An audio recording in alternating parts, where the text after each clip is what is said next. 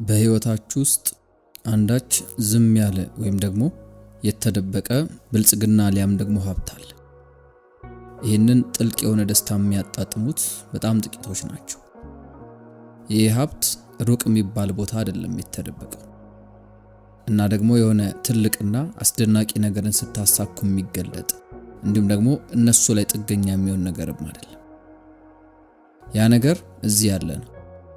ተራ በሚባሉና በተለመዱ ቅጽበቶች መሃል ነው ያለው። ይሁንና ይህንን ነገር ብዙ ሰዎች ይስቱታል። ምክንያቱም አእምሯቸው ያለማቋረጥ የተያዘ ነው። ፍጹም የሆነውን እውነታ ከሐሰት ጋር በማሳሳት ሂደት ስለሞሉት ነው። የሆነ ሰው ሙሉ ለሙሉ በእነሱ ሐሳብ ከተያዘ እነዛ ሐሳቦች አስተያየቶች እንደሆኑ አያስተውሉ። ነገሮች እንዲህ ናቸው ብለው ሳይጠይቁ ነው የሚያምኑት።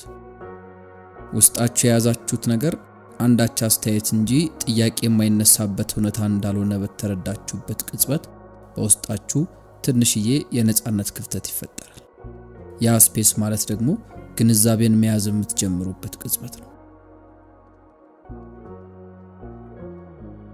ብዙ ሰዎች እያደረጉት እንደሆነ እንኳን ሳያውቁ ጠንካራ ሐሳብን ተሸክመው ነው የሚዞሩት። የሆነ ነገርን በእርግጠኝነት ነው የሚናገሩት። ምን ይላሉ መሰላችሁ? ይሄ ነገር እንዴት እንደሆነ ልንገራችሁ ይላሉ። ያንን ሳያስተውሉት ደግሞ አእምሯቸው በሐሳቦች ውስጥ እውነታን ማጣራት ጀምራል። ይሄ የአእምሮ መያዝ ደግሞ ቀጥተኛ ከሆኑ ልምዶች ጋር እንዳይገናኙ ነው የሚያደርጋቸው። ታዲያ እዚህ ጋር ደግሞ ግንዛቤ የምንለው ነገር በተግባር የምትለማመዱበት ቀላል የሆነ እድል አለ። ምንም አይነት አጣዳፊም ሆነ በጣም አስፈላጊ ነገር እየሆነ አይደለም። ትልልቅ የሚባሉ ውሳኔዎች እየተወሰኑም አይደለም። ምንም አይነት መፈታት ያለባቸው ውስብስብ ችግሮችም የሉ። ትልቁ ጥያቄ ልክ ምሳዬን ምን ልብላ እንደሚለው ጥያቄ ቀላል ሊሆን ይችላል። ምክንያቱም ምንም አይነት ድራማዊ የሆነ ነገር አይጠበቅባችሁ። ቀላል የሚሆንላችሁ ነገር ውስጣዊ ከፍታችሁን ማስተዋል መቻል። በእንደዚህ አይነት ኢንቫይሮንመንት ውስጥ ጽናትና ዝምታን ከሌሎች ጋር በሚኖራችሁ ቁርኝት ውስጥ ማስገባትን ትለማመዳላችሁ ማለት ነው።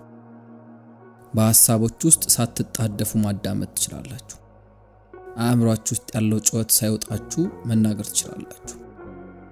ቃላትን እየተለዋወጣችሁ ራሱ ደምቆ የሚታይ ሰፊነት አለ። ከዚህ በኋላ ሐሳቦች እናንተን የሚቆጣጠሩበት መስመር ያበቃለታል። ያንን መረዳት ብቻውን ደግሞ ጥልቅ የሆነ ነጻነት እንዲሰማችሁ ያደርጋል።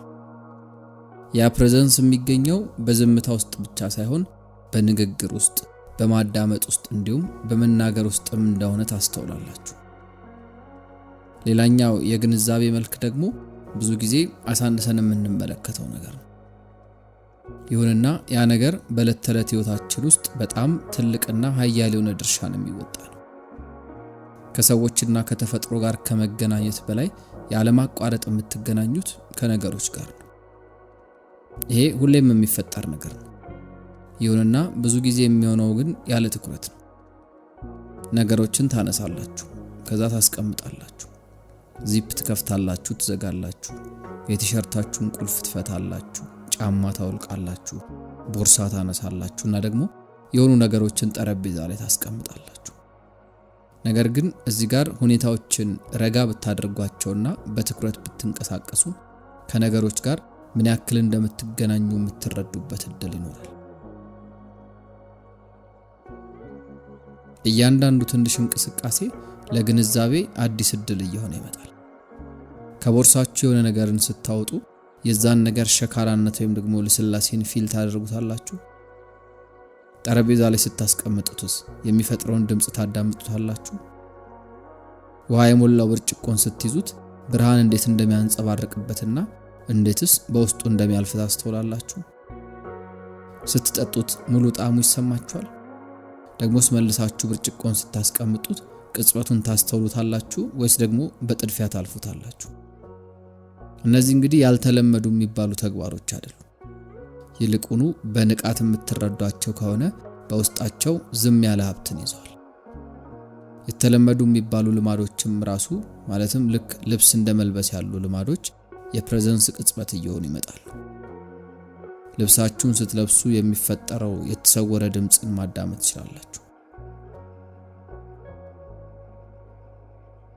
የጥርስ ብሩሻችሁን ስታነሱ እጃችሁ ላይ ቅርጹንና ክብደቱን ማየት ትችላላችሁ።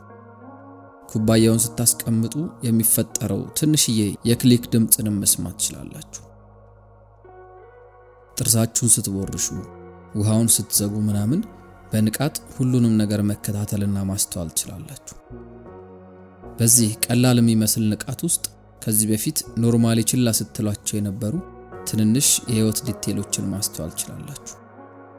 ከነገሮች ጋር እንደዚህ አይነት መስተጋብሮችን መፍጠር ብዙ ነገርን ከማግበስበስ ጋር ያልተገናኘ ወሳኝ ጥልቀትን ለህይወታችሁ ይሰጥላችኋል። የሆኑ ነገሮችን ኤክስፒሪየንስ ለማድረግ የግድ እነዛ ነገሮች ሊኖራችሁ አይገባም። በቀላሉ መገኘታቸውን እውቅና ትሰጣላችሁ። አንዳንዴ ይሄ ማለት እጃችሁን ጠረጴዛ ላይ አስቀምጣችሁ ለጥቂት ደቂቃ በማቆየት የጠረጴዛውን አካል ምን ያክል ለስላሳ እንደሆነ ፊልም ማድረግም ሊሆን ይችላል።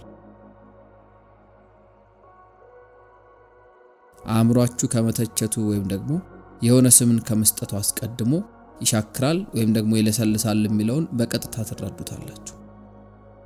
በዚህ ቀላል በሚባል ንክኪ ውስጥ ዝም ያለ ደስታ አለ እና ደግሞ ያ ደስታ ነገሩን የማብራራት ሐሳብን አይፈልግም።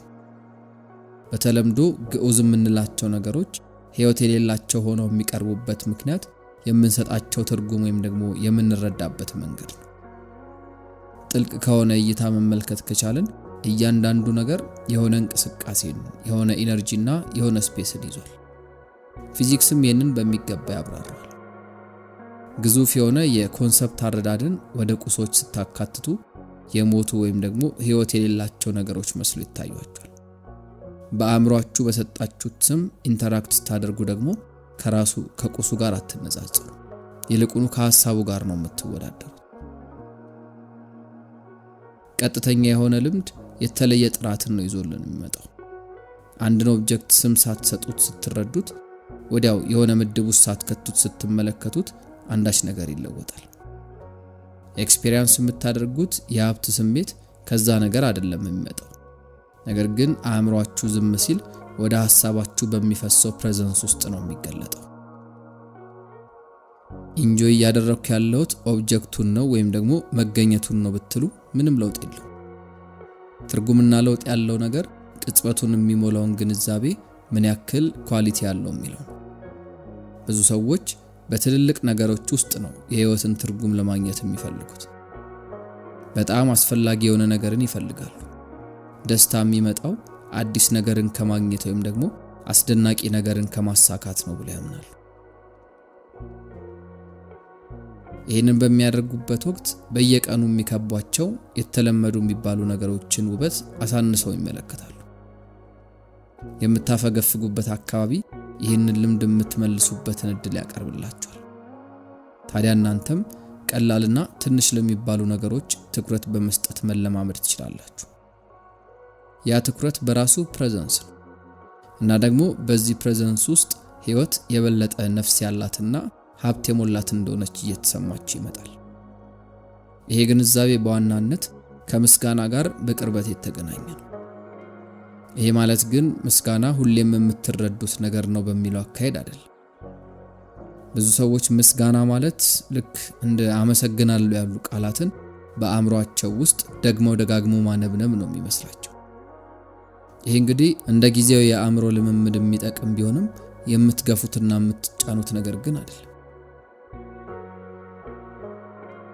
ምንም አይነት ቃላትን የማይፈልግ ጥልቅ የሆነ ምስጋና አለ። ያም ደግሞ ዝም ያለ መሆንን የማመስገን ሂደት ነው። የሰዎችን የነገሮችንና የቅጽበቶችን መሆን ምንም አይነት ስምና ከፍታ ሳትሰጡ ስታረጋግጡት ተፈጥሮ የሆነ ምስጋና ውስጥ ትኖራላችሁ። ያለ ማቋረጥ ስለሱ ማሰብ ወይም ደግሞ መሰየምም አይጠበቅባችሁ። ማበረታታት ወይም ዕውቅና መስጠት ትግልና ጥረት የማይፈልግ ነገር ይሆናል። ከግንዛቤ ተነስቶ ተፈጥሯዊ በሆነ መንገድ ይፈሳል። በሐሳብ ደረጃ ላለ ነገር አመስጋኝ አትሆኑ። ይልቁኑ አሁን እንዳለው ተቀብላችሁ ነው አሁንን የምትሆኑት። እንዲያለው የህይወት መስመር በመታምኗቸው ሲስተሞችና በሃይማኖታዊ ሐሳቦች ላይ ጥገኛ ነው። ትልቅ የሆነ ኃይልን ማመስገን ወይም ደግሞ ትርጉምን ከቃላት ጋር ማጣበቅ አይፈልግባችሁ። በቀላሉ በማስተዋል በማድነቅ በማበርታትና ሕይወት አሁን እንዳለችው እንድትሆን በመፍቀድ ውስጥ ጣልቃ ይገባል። ማበርታት ተከታታይ የሆነ የአእምሮ ንዝንዝን ሲተካ በዝምታ ውስጥ ከፍ እያለ የሚመጣ የሰላም ስሜት ይጠጋቸዋል። በዚህም ዝም ባለ መስመር በዚህ ከሰዎች ጋር ከተፈጥሮ ጋር እንዲሁም ደግሞ ከነገሮች ጋር በሚኖራችሁ ንቃት የሞላው ግንኙነት ውስጥ ከዓለም ጋር የተለየ ሪሌሽንን ትጀምራላችሁ። ሕይወት ከዛ በኋላ ባዶ ወይም ደግሞ የተጣደፈች ሆና ትታያችሁ። ትንንሽ የሚባሉ ተግባራት ሳይቀር ትርጉምን ይሸክማሉ። የሆነ ትርጉምን ስለሰየማችሁላቸው እኮ አይደለም፣ ነገር ግን እነዛ ነገሮች ሲሆኑ እናንተ ሙሉ ለሙሉ እዛ ስለምትገኙ። ይሄ መገኘት ደግሞ ብዙ ሰዎች ባለማወቅ ውስጥ ሆነው እየተራመዱ የሚፈልጉት ነገር ነው። እናም ደግሞ ያ ነገር ረጅም ጊዜ እዛው ነበር። አሳንሳችሁ በምትመለከቷቸው የተለመዱ የሚባሉ ተግባራት ውስጥ ተደብቆ ነበር። ምንም አይነት ድራማ የሆነ ነገር አይጠበቅባችሁ። ቀላል የሚሆኑላችሁ ነገር ውስጣዊ ከፍታችሁን ማስተዋል መቻል። በእንደዚህ አይነት አካባቢ ውስጥ ጽናትና ዝምታን ከሌሎች ጋር በሚኖራችሁ ቁርኝት ውስጥ ማስገባትን ትለማመዳላችሁ ማለት ነው። ሐሳቦች ውስጥ ሳትጣደፉ ማዳመጥ ትችላላችሁ። አእምሮአችሁ ውስጥ ያለው ጩኸት ድምፁ ሳይወጣችሁ ትናገራላችሁ። ቃላትን እየተለዋወጣችሁ ራሱ ደምቆ የሚታይ ሰፊነት ይኖራል። ከዚህ በኋላ ሐሳቦች እናንተን የሚቆጣጠሩበት መስመር ያበቃለታል። ያንን መረዳት ብቻውን ደግሞ ጥልቅ የሆነ ነፃነትን እንዲሰማችሁ ያደርጋል። ያ ፕሬዘንስ የሚገኘው በዝምታ ውስጥ ብቻ ሳይሆን በንግግር ውስጥ፣ በማዳመጥ ውስጥ እንዲሁም ደግሞ በመናገር ውስጥም እንደሆነ ታስተውላላችሁ። የዛሬው መልእክት ያቀረብኩላችሁ ኢካርት ቶሌ ነበርኩ። እስከ ፍጻሜ በመቆየት ስላደመጣችሁኝ እጅግ አድርጌ አመሰግናለሁ።